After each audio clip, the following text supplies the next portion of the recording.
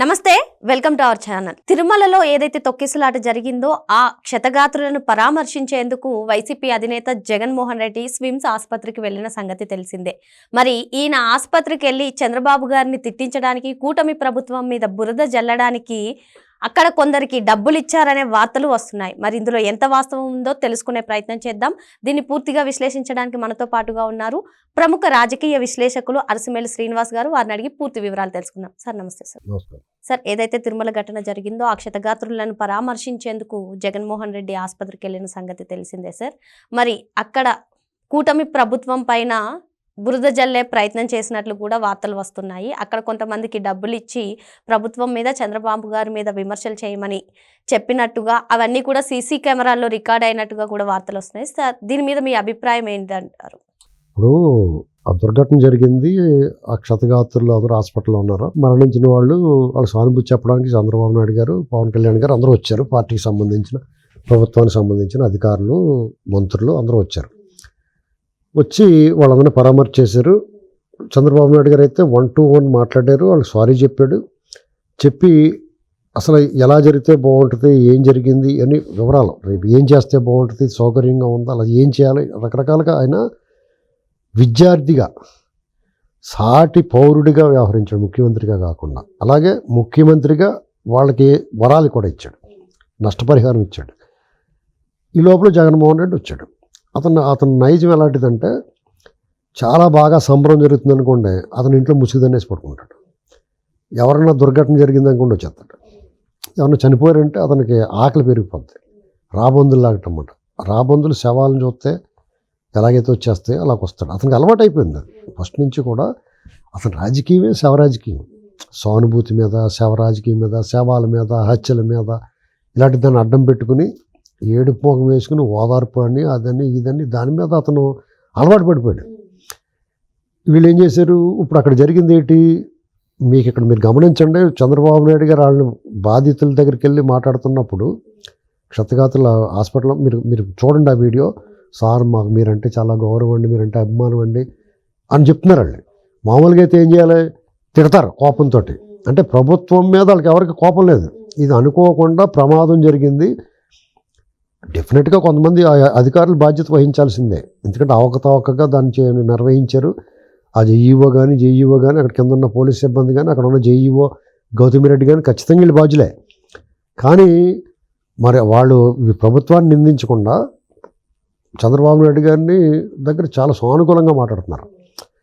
ఇది వాళ్ళు ఏంటి, పవన్ కళ్యాణ్ జగన్మోహన్ రెడ్డి వచ్చేటప్పటికి ముందు ఈ గ్యాంగ్ వెళ్ళిపోయి వాళ్ళు డబ్బులు కవర్లు ఇచ్చి చంద్రబాబు నాయుడు గారిని తిట్టమని, అది విమర్శించమని చెప్తున్నారు. అది సీసీ కెమెరాలో బయటపడింది. అక్కడ ఆఫీస్ స్టాఫ్ కూడా చెప్పారు, హాస్పిటల్ స్టాఫ్. ఇలా ఇంతమంది 200 మందిని వేసుకుని గ్యాంగ్తో వచ్చాడు అతను. అసలు అంతమంది గ్యాంగ్తో వచ్చి ఆ రణగొండతో కసకసమంట అక్కడ సెలైన్ బాటిల్స్ పగలగొట్టేసి, ఐజోసి తోసేసి, ఒకరినొకరు తోసుకుని అసలు ఏం తెలుసుకుంటాడో, నువ్వు పరామర్శకు వచ్చావా, ప్రదర్శనకు వచ్చావా? అది కదా అక్కడ మనకు కావాల్సింది. నీ ఉద్దేశం ఏంటి? పుణ్యమే కారం చెల్లినట్టు వాళ్ళు పడుకున్న వాళ్ళు కాళ్ళు అయ్యి నొప్పులు వచ్చి వాళ్ళకి మీరు వెళ్ళి మీద పడితే వాళ్ళకి ఇంకా ఇబ్బంది కదా. అసలు వీళ్ళు తొక్కేసి రాడైనప్పుడు ఎవడన్నా పోయి ఉంటే తెలుసును, మొత్తం లోపల దొబ్బుతారు వాళ్ళందరినీ. ఏంటండి అసలు అతను రానివ్వటమే తప్పు. పోలీసులు మళ్ళీ ఇంకో మిస్టేక్ చేశారు. అతన్ని చంద్రబాబు నాయుడు గారు, ముఖ్యమంత్రి గారు, డిప్యూటీ సీఎం గారు, మంత్రులు అక్కడ పరామర్శలో ఓదార్పు కార్యక్రమంలో ఉన్నప్పుడు ఇతన్ని ఆపారు. వాళ్ళు వెళ్ళిందారు తెల్దామని. ఇతను ఆ కాన్వాయ్ దిగేసి వేరే కారులో వచ్చాడు. అంటే పోలీసు విధులకు ఆటంకం కలిగించి వాళ్ళు ధిక్కరించి వచ్చాడు. శాసనోల్లంఘనం అంటారు దాన్ని. ఖచ్చితంగా అతన్ని అరెస్ట్ చేయాలి. అతను ఆపలేకపోయారు సరికదా, ధిక్కరించినందుకు ఇప్పటివరకు అతని కేసు ఎందుకు కట్టలేదు, అందుకనే పోలీసులు తిడతాం మేము. ఏంటంటే చంద్రబాబు నాయుడు గారిని రేణిగుంట ఎయిర్పోర్ట్లోను, వైజాగ్ ఎయిర్పోర్ట్లో, రకరకాల చోట్ల అతను ప్రజాస్వామ్య హక్కుగా అతను మీటింగ్లు పెట్టుకున్నా, ఇంట్లోంచి బయటకు వచ్చినా తాళ్ళు కట్టి రకరకాల వేధించి నిలవరించారు. సార్ మీరు చెప్పినట్టుగానే చంద్రబాబు గారు అరెస్ట్ అయినప్పుడు, ఏదైతే అక్రమ అరెస్ట్ జరిగిందో అప్పుడు పవన్ కళ్యాణ్ గారిని రోడ్డు చేశారు సార్. మరి ఇప్పుడు ఆల్రెడీ సీఎం గారు, డిప్యూటీ సీఎం గారు ఉన్నప్పుడు అసలు ఎందుకు ఆపలేకపోయారు? అది నేను అందుకే తిడతాను వాళ్ళని. వాళ్ళు బుద్ధి రాలేదు, ఇంకా బుద్ధి రాలేదండి.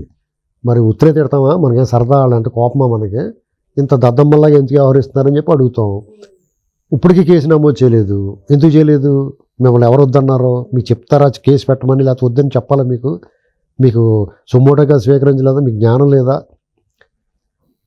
అప్పుడు చంద్రబాబు నాయుడు గారిని అంటే ఆపమని వాళ్ళు చెప్పుండొచ్చు. కొంతమంది అత్యుత్సాహంతో వాళ్ళు ఆపమని చెప్పకపోయినా బావ కళలో ఆనందం చూసినట్టు జగన్ కళలో ఆనందం చూడటానికి మీరు ఓవర్ యాక్షన్ చేశారు.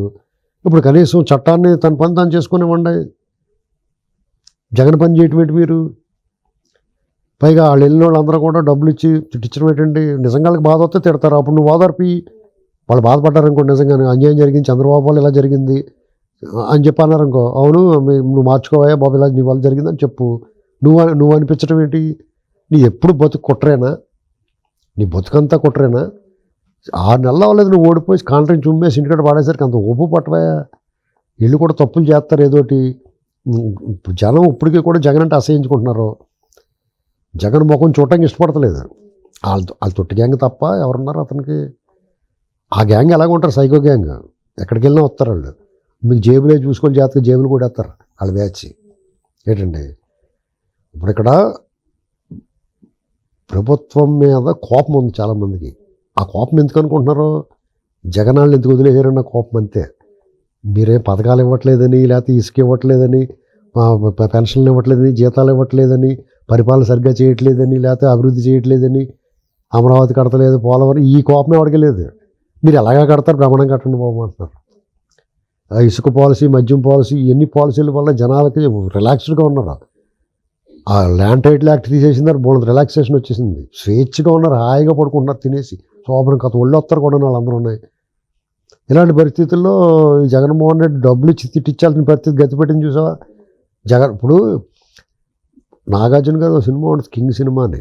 బ్రహ్మానందం దగ్గరికి వెళ్తాడు. వెళ్ళినప్పుడు మేము ఈ అభిమానులు అండి, మీ సినిమా రిలీజ్ అప్పుడు మేము ఏదో చేస్తామంటే, మీలాగే వచ్చారా, వాళ్ళు 25,000 తీసుకుని తప్పట్లు కూడా కొట్టలేదు అంటాడు. అప్పుడు నాగార్జున గారు ఏమంటాడంటే, వాళ్ళు డబ్బులు తీసుకొని కొట్టలేదు, మేము డబ్బులు తీసుకోకుండానే కొడతాం అంటాడు. అలాగా ఇప్పుడు జగన్మోహన్ రెడ్డి డబ్బులు ఇచ్చినా కానీ తిడతలేదు చంద్రబాబు గారిని. జగన్మోహన్ రెడ్డిని మాత్రం చంద్రబాబు గారు వాళ్ళు 10 రూపాయలు ఇవ్వకపోయినా తిట్టారు. అర్థమైందా? ఇది డిఫరెన్స్ వాళ్ళకి వీళ్ళకి మధ్య. అది గుర్తుపెట్టుకోవాలి. మొత్తానికి సార్ మాటల్లో కూటమి ప్రభుత్వానికి జగన్మోహన్ రెడ్డికి ఉన్న వ్యత్యాసం చూసాము. ఎవరిని ఎలా భావిస్తున్నారో ప్రజలు భావిస్తున్నారో చెప్పారు సార్. Thank you sir.